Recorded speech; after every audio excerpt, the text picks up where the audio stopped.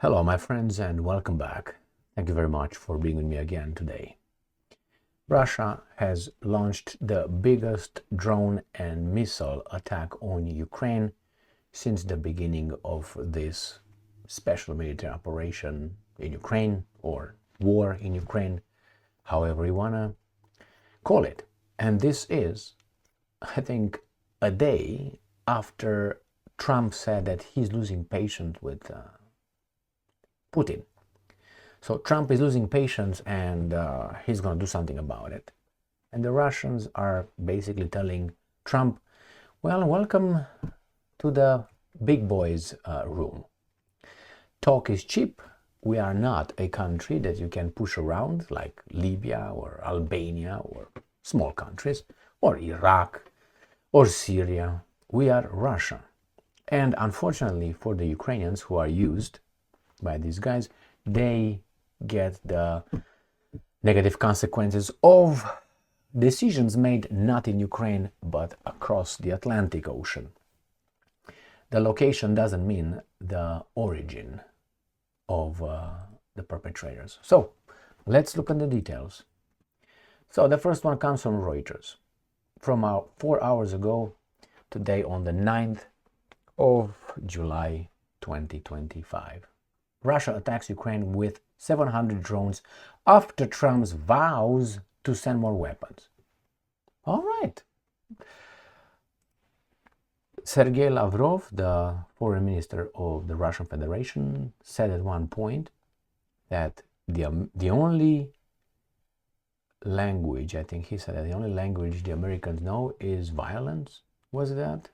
I made a video on that. I think it was he who said that the only language is, maybe not Lavrov, but I think it doesn't matter really who said it. It matters that it seems like the bully will not understand, negotiations unless their negotiations is an ultimatum to you. That's a bully's kind of negotiation. So let's read further here.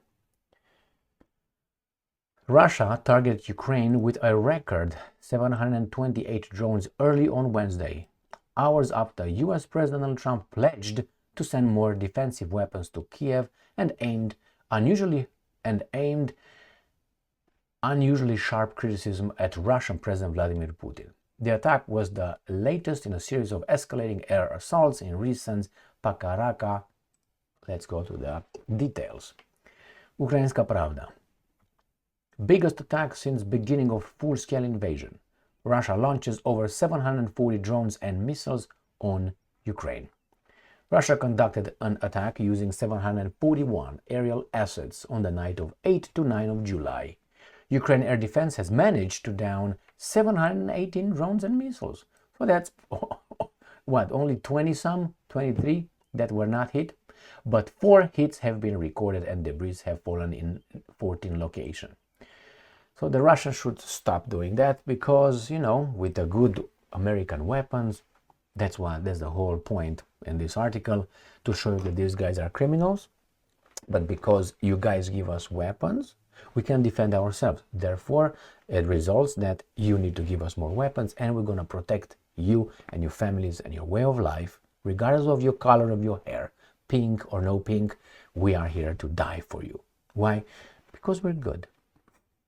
So imbecile, man. So imbecile. So let's read further. So this is what they did. 728 Shahed loitering munitions and decoy drones of various types launched from the Russian cities of Bryansk, Primorsko-Akhtarsk, Kursk, Oriol, and Milerovo. They say from the Russian cities.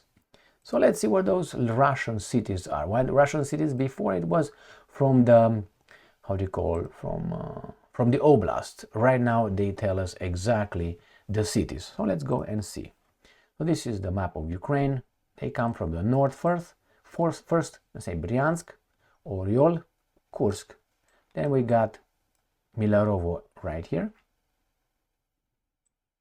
Milerovo. And then you got Primorsko-Akhtarsk, exactly here. Primorsko-Akhtarsk. And I don't know if it was Cape Shauda or not. No, Milerovo was the last one that was over there. So again, let's look over the map. So the Russians struck from the north, northeast, east, and southeast, or if you want to call it south. Well, let's see what else. This is what they did. 7 Kh-101 Iskander-K cruise missiles launched from Engels in Saratov Oblast and from Kursk Oblast. So from Engels in Saratov, I will show you where that is. This is it. This is Engels Air Base from Saratov, where these guys, I don't see any right there, and that's the bear. 295 right here. I'm going to show you in the big scheme of things where this is located. So Engels is by Saratov here, and it's going from here to Love, Ukraine, right? Unfortunately, here this is Saratov here, and Ukraine is right here. All right, so that's the first. Then the other one was, I think, Kursk, if they, I think that's what it was, Kursk region, I think it was. So I think this one explains better, shows better. Kursk region, and Saratov is further east. All right, let's see, was it Kursk? Kursk Oblast. 6 Kh-47M2 Kinzhal aeroballistic missiles launched from the airspace of Lipetsk Oblast. So the hypersonic missiles, right? Kinzhals were launched from Lipetsk.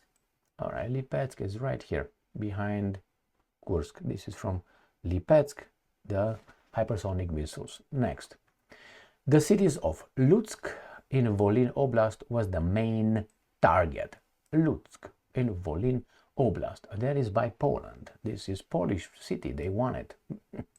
Here, this is Lutsk. This is Poland here, and this is Lvov. So this is the one that was targeted by Polish border. Did the Poles intervene? Not yet. Not yet. The order has not been given. So remember, Lutsk here. Let's read further. Earlier reports indicated as of 8 a.m. air defense has down 718 aerial assets. Namely, 303 were shot down by firepower and 415 disappeared from radar. 296 Russian Shahed UAVs were shot down by firepower, while 415 disappeared from radar or were suppressed by electronic warfare. All 7 Kh-101 Iskander-K cruise missiles were downed, but I don't see any of the Kinzhals. They don't lie that, don't have to lie all the time and to a great extent. Russian strikes hit 4 locations and debris from downed aerial assets fell in 14 others. All right. And we have Zelenskyy, who says, according to the New Voice of Ukraine, slams Russia's record barrage as message of peace rejection. No, it doesn't mean that. It means that if you continue, we continue. Peace, we can do it on the sidelines. Let's meet again. Let's pretend we negotiate. Let's don't listen to the Americans' ultimatums and projection of power. After all, why should Russia bend the knee? Is it weak? It seems like none no more. None no more. So this is a rejection of power. Remember, if right now something happens in the neighborhood, it doesn't mean that it has to do with you. You need more evidence to connect it to you.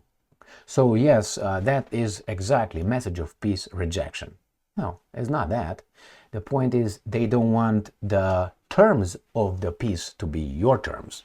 That's the whole point. They want peace. Everybody wants peace. But we want peace wanting other people's stuff. In this case, Trump says everybody peace, but my terms. Look how he deals with Iran. Let's negotiate. These are the terms. And Iran said, no, we reject the terms. Well, we're going to bomb you. So that means what? You take it or leave it? Basically, there's no negotiation. There's no negotiation. And let's see what is the Russians' answer to this rhetoric coming from the Trump administration. Russia Today. Moscow not fazed by Trump's harsh rhetoric. Well, good. Bring it on. Russia is well aware that it is the US president's style. Spokesman Dmitry Peskov has said, Russia takes the harsh recent rhetoric by US President Donald Trump calmly and intends to continue dialogue with Washington.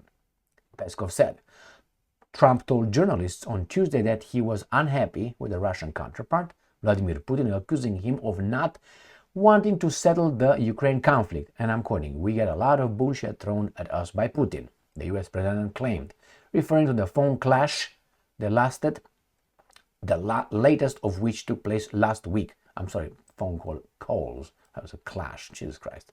Trump said Putin is very nice all the time, but it turns out to be meaningless. Yeah, because he doesn't agree with what you say. When asked about Trump's latest comments on Wednesday, Peskov replied that we treat them quite calmly.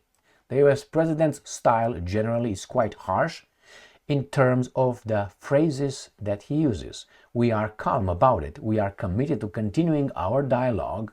Hey, what are you talking about? Peace rejection, according to Zelenskyy. But hey, they all lie, so let's see the facts, right? So we are committed to continuing our dialogue with Washington and our policy of repairing the significantly damaged bilateral relations. So, what do you want, my friends? Let me tell you what some do when they ask you a question, especially in the media, or in this case with Trump. They ask you a question, but they ask the question expecting to answer it the way they want you to answer it. In the case of peace negotiations and calmly and meaningless. So Trump, and if you answer it the way you answered it because you were the one asked the question, they don't like it. So if someone says you haven't answered the question, I have answered the question, but unfortunately for you, it doesn't match what you expected. That's my answer. You want me to switch it? What do you want me to say? Tell me and I'll say it. Is that what you want? That's exactly what these guys play. So when Trump said that this is meaningless, it's because he doesn't like the Russian or Putin's answers. That's why.